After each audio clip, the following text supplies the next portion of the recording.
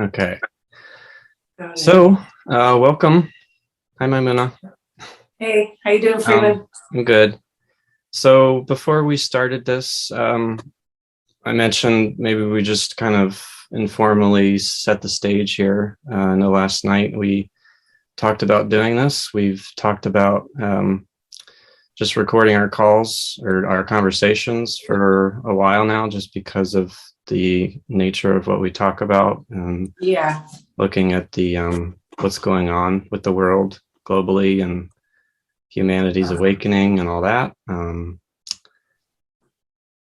not sure. Don't want to spend too much time introducing ourselves. I'll let the conversation do that. But we've known each other about 9 years now. I always consider myself as a student of yours. I've had a quite a path individually, but I feel like what brought us together is this kind of global mission that you've been deeply involved in, as far as the awakening of consciousness. And I know you've done a lot of work on yourself and just being an empath on very deep levels. Do we want to talk about what that is? Yes. Well, so I guess just to kind of reference what you shared with me last night, just these kind of different flavors of empath, and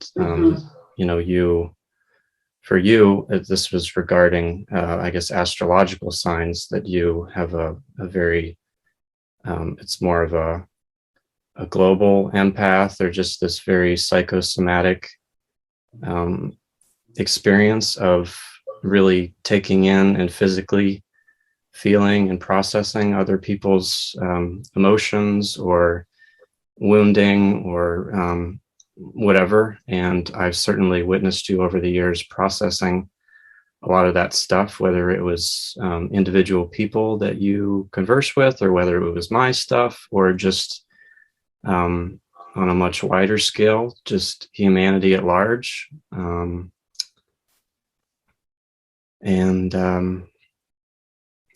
Is there anything you want to share? I mean, just you're always doing the work. I've known that you're always doing the work, whether you are being recognized for doing the work, whether you're being paid directly to do their work. As far as working with individual people, you're just in a constant state of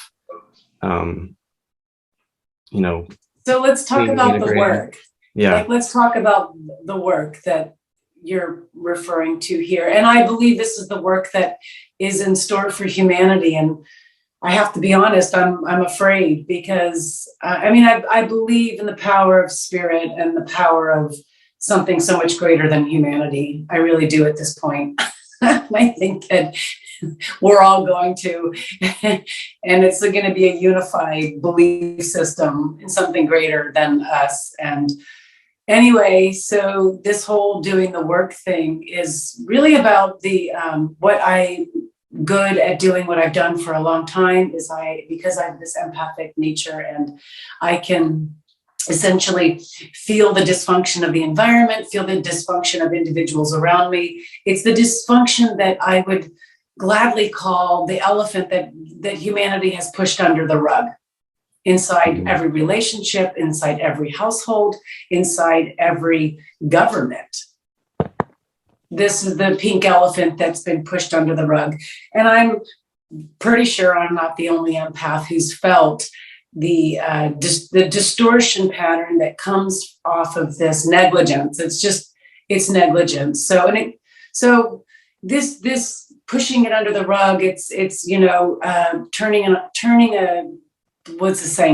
a blind eye, or what, it's Yeah, that's when something comes up for people and it feels uncomfortable and it has, this is the shadow. And here's the great irony. It's like, yeah, how do I even put this into words? It's like unwinding it with words. People's denial, people's self-denial. And it really comes from fear. It's this 3D paradigm, which is a fear-based paradigm. So if you're experiencing fear, you're living in a 3D paradigm. And what's the 5D paradigm? Well, it's more unconditional love and self-acceptance. And, I've been speaking this talk for so many years, and it's just profound that potentially the message is going to be heard at this point because of this great awakening coming through. And because it's getting to a point where, as a spiritual teacher, and I know I'm segueing a little bit, we just got to put this disclaimer, and Memuna segues. That's my disclaimer. Yeah. Well, that's why it's good we're doing these videos, because then we can just kind of go wherever we go, and it's all good. We're got in our little ship here. Yeah, so we're cruising around the galaxy. That's what Freeman and I are doing.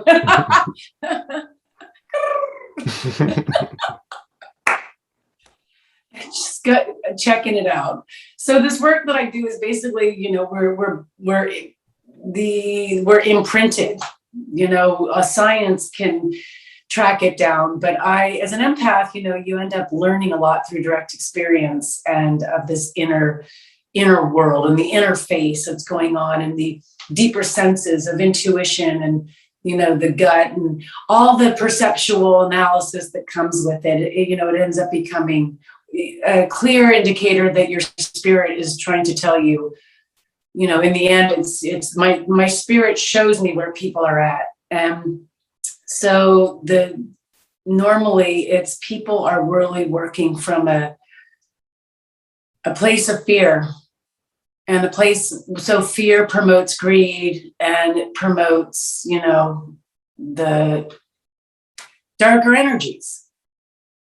And just to bring it to the website, so we have started a website. You'll be able to Frequency Hub. See the links down below, thefrequencyhub.com, and we're talking about Project Inversion.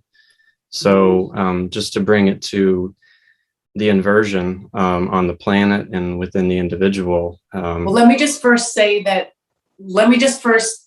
account for what the work is. And what the work that I'm talking about points specifically is that there's an imprint in the energetic field.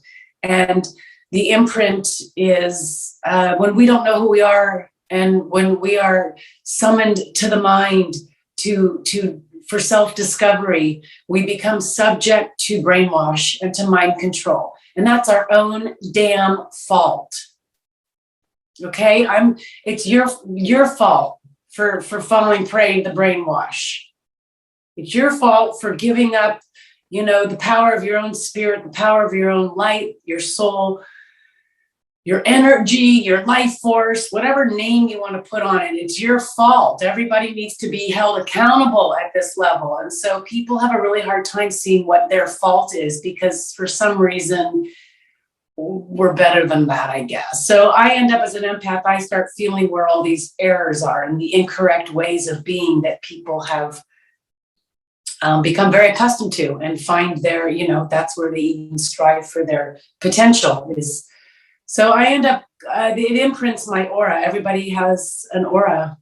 And really what an element of my work is we get imprinted. And if we don't become conscious of what this imprint is doing to our mind and our body,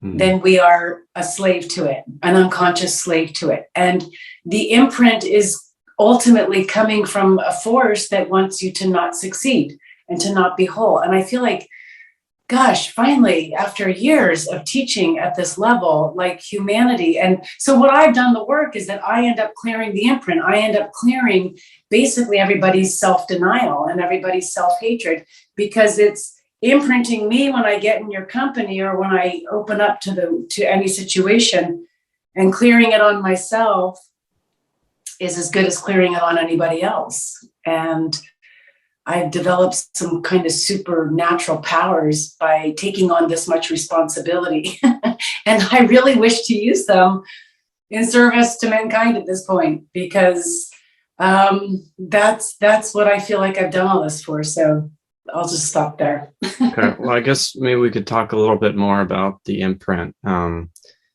know just from interacting with you over the years, your capacity to make this real for people so that they can really see it, and you kind of bring people into your world a little bit of seeing this and really making it tangible. This Yes. what is can otherwise be kind of an abstract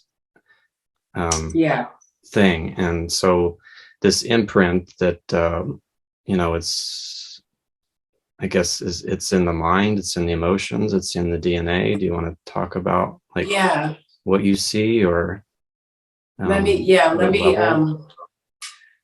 well, it's like there's an astral body that surrounds the globe, and the astral body is basically the mind and the emotions.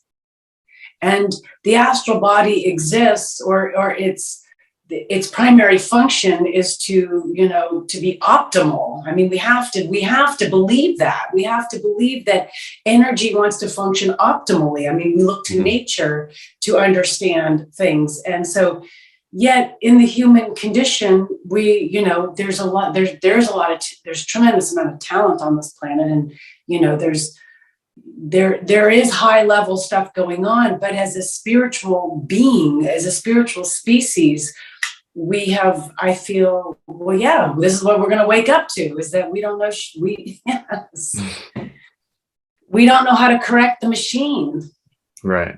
The machine of the mind and the body, we don't know how to correct it. And there's a lot of systems. Well, no, there's one system out there, human design, which I believe is a system that was offered to us to start correcting, and correcting through inner awareness, correcting through our own strategy and authority, and understanding that when we live in authority, that's empowerment.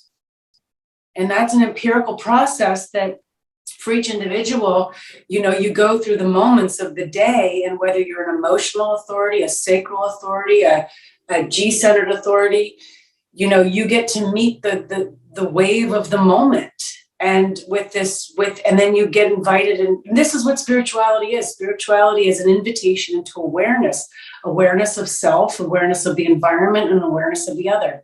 So this, when we become aware, we begin to see, well, we live in a projection field, and I think I could say to whoever's watching, I think that I could say this, and on some level from 1 to 10, people would have to agree that they are feeling it on the scale, that when they're born into their family, that they're born into a projection field. And that, if I were to ask people, how much of your true self do you feel inside your family system on a scale from 1 to 10? And I bet most people would say from a 6 to a 7. And see, the thing is, that's like a C, right? Mm-hmm. And humanity, which I'm not judging this, but when we work at a lower grade, around the truth of who we are as spiritual beings, when we, when we're striving for the mind to get that A+, the technology, the information, and it's in how it comes through. But spiritually, which is our presence, which is our awareness, which is, it's that which the employment of this process has nothing to do with the material world. Although it's, it's subject to it, and it's everyday unfolding. So that to me is the dilemma of this inversion that we're looking at here inside this project of the Project Inversion, and is that we are born into a projection field, and the projection field has been one of ownership and power over, and It hasn't been an alignment of the individual. So that's where we're headed, is this alignment of the individual. And I'm looking at the soul level for the individual, because that's where the potency is. For me, this is what my experience is. And I've been around the block quite a few times with different thises and thats, and through, it's been the Zen walk, which is, you come back to that place of nothingness. You realize who you are when the moment you sit down and you take a breath and you turn the mind off. There's not a whole lot there. In fact, there's like nothing there, without the form, without the, the form functioning there. What's really there? So that's the, if we were born into a world that was open to the mystery of this portal, and, this is where I guess, different spiritual channels try to open up to. And,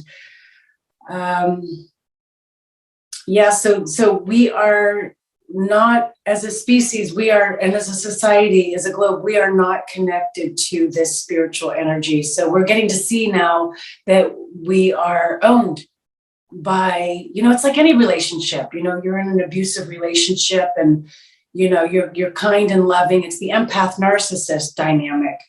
And, the empath, which is kind of what the world has been, the globe, the species has been like empathic, and the powers that be, the governmental powers, have been narcissistic. Mm-hmm. And, in the end, the empath creates the narcissist, and the narcissist creates the empath. And then, when you clear off these imprints, these are archetypal imprints that we're bound by, and we're not conscious of it, it takes the lead and it runs the show. If we're not conscious of what our mind is projecting, they're talking about this big movie right now coming out, like that we're watching, with all the reports and all the, what's going on out there. But mm-hmm. like the real movie's going on in here.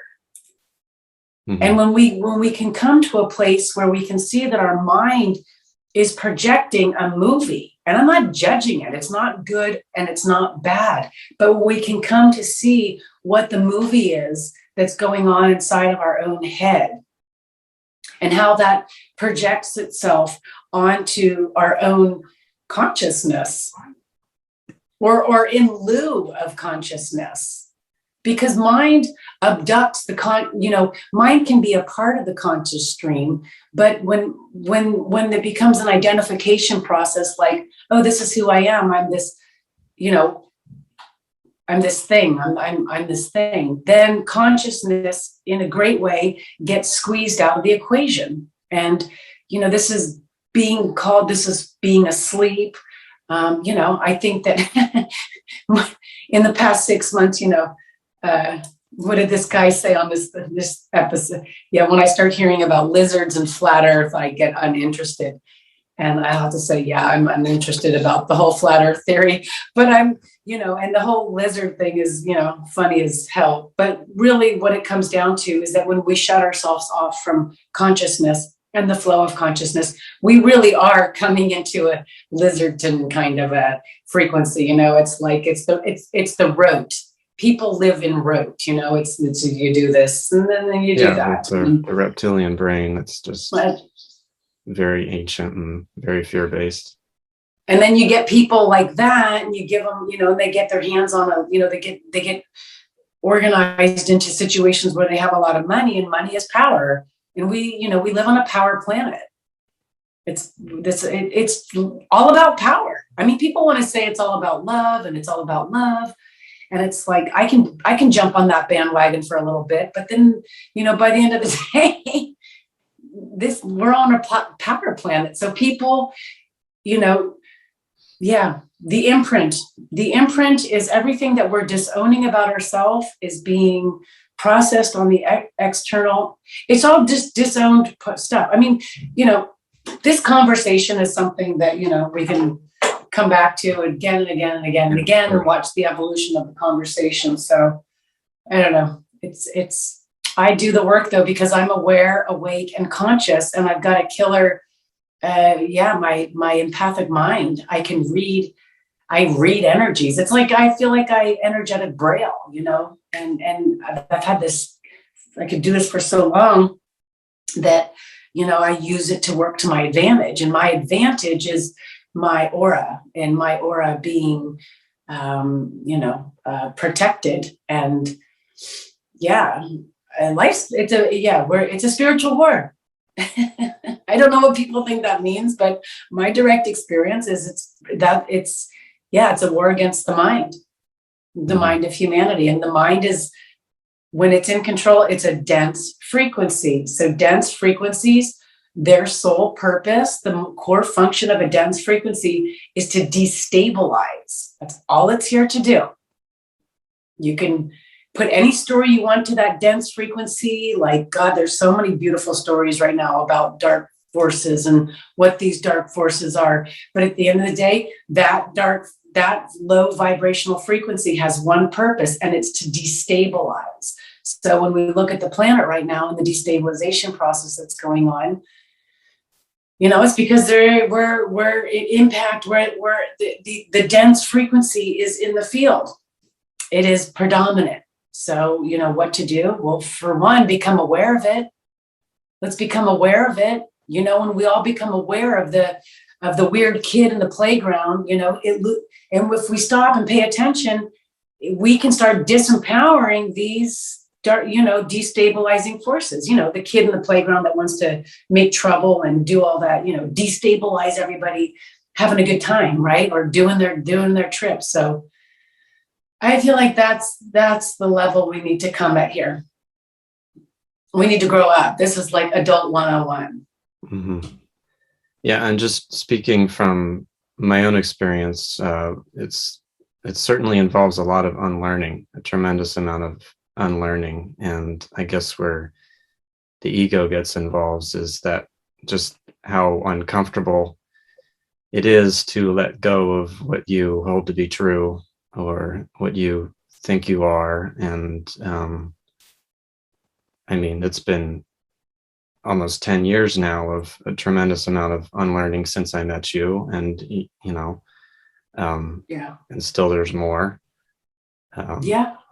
We have, that's what I feel like. We're transitional beings. I feel like we're here to do the work. We have to unlearn the bullshit. This is what it's part of anyway. So this is the Great Awakening, is that people are going to, hopefully, I really hope so. I see it. People are talking. There's a lot of people talking about it, but ultimately the Great Awakening isn't who's right or wrong. It's that humanity has to unlearn. It's been wound up in the wrong program. It bought the program. Years. Yeah. And it's not, this is where I can be in the paradox and say, it's not our fault, but it was the expression of consciousness or lack thereof. I don't know, the stories around all of it are very interesting. I've never been into politics or religion, but I've been, opened the door by manifestor some months ago into the whole political arena, which is highly merged with the religious. Yeah. Mm-hmm. I'm a spiritual being. So, in the end, my belief in God comes from empirical, source and evidence. Yes, arriving. So anyway, this is all very explosive and very atomic, this topic. And I know that people have to talk online to do code and stuff like that, but I feel like our conversations are kind of just going to slip past the code because it's the truth. And it's a stream of consciousness that we're opening up to here, and that we're opening up this channel to the collective. And it is the stream of consciousness, and the stream of consciousness will just move through. There's nothing to hide here. Yeah. That's the thing about the truth, is there's literally nothing to hide. So, I've been explaining lately that there's the dark side and there's the light side, and, the dark is all corrupt and greedy, and it is. It's like, let's look at the fucking chalkboard and see the 1 + 1 = 2. It's like, and it is. I know this, yes, as a fact. And it wreaks havoc, and it wants to harm. And you don't have to be religious to know this stuff. And so the light, got to open your eyes a little bit. You got to open your eyes. Yeah. The light is, it's just kind of unto itself. The real light isn't, it's unto itself. It is unto itself. And it is a time, but the truth, which is coming out in this more, the truth of humanity, the truth of how lied to we've been. And I remember being young, and there was I remember this boy, he told white lies, and it was like watching his, I was very observant as a child, just very aware, but watching the choice or the mind's choice or whatever was choosing in there to say a lie, and how that lie just created a distortion. And I even remember going to, I was the youngest of 6, was put into a catechism after school, Catholic or something. It didn't last long, but I remember having to go to, I just didn't fit in. I was a spiritual being, and it was just it wasn't my fractal, I guess. So, but I remember going to a confession and I didn't really understand what was going on. And I'm sure I'm not the only one who did this, but when I was in the confessional, I made up a lie to say, to prove, to have something bad about myself that I could confess. And I observed myself doing it, and I didn't think of myself as bad. I just thought it was funny. I was like, this is profound that this is how I have to fit in. Right. And that was the last time I did it. Somehow I got out of the whole thing altogether because it wasn't part of my journey. So people are programmed. Lying is lying is popular. Let's just this is where people need to wake up, and then when we can admit where we're lying to ourselves, where we're lying to the people we love, and whatever it is we're lying about, there's a lot of withholding or omission. And I know there's all kinds of strategies and ways of, getting this information and appropriate ways of all this stuff unfolding. But we've, as a species, we lie when we let other people treat us certain ways, and we act like it's okay, and we, so it weakens the constitution of the spirit. There's all this stuff about the Constitution right now and the constitutional rights. Anyway, and that's all, anyway, so this is where I'm speaking from. This channel is really coming from the truth. And, they say the truth's coming out, but even that truth needs to meet a greater truth.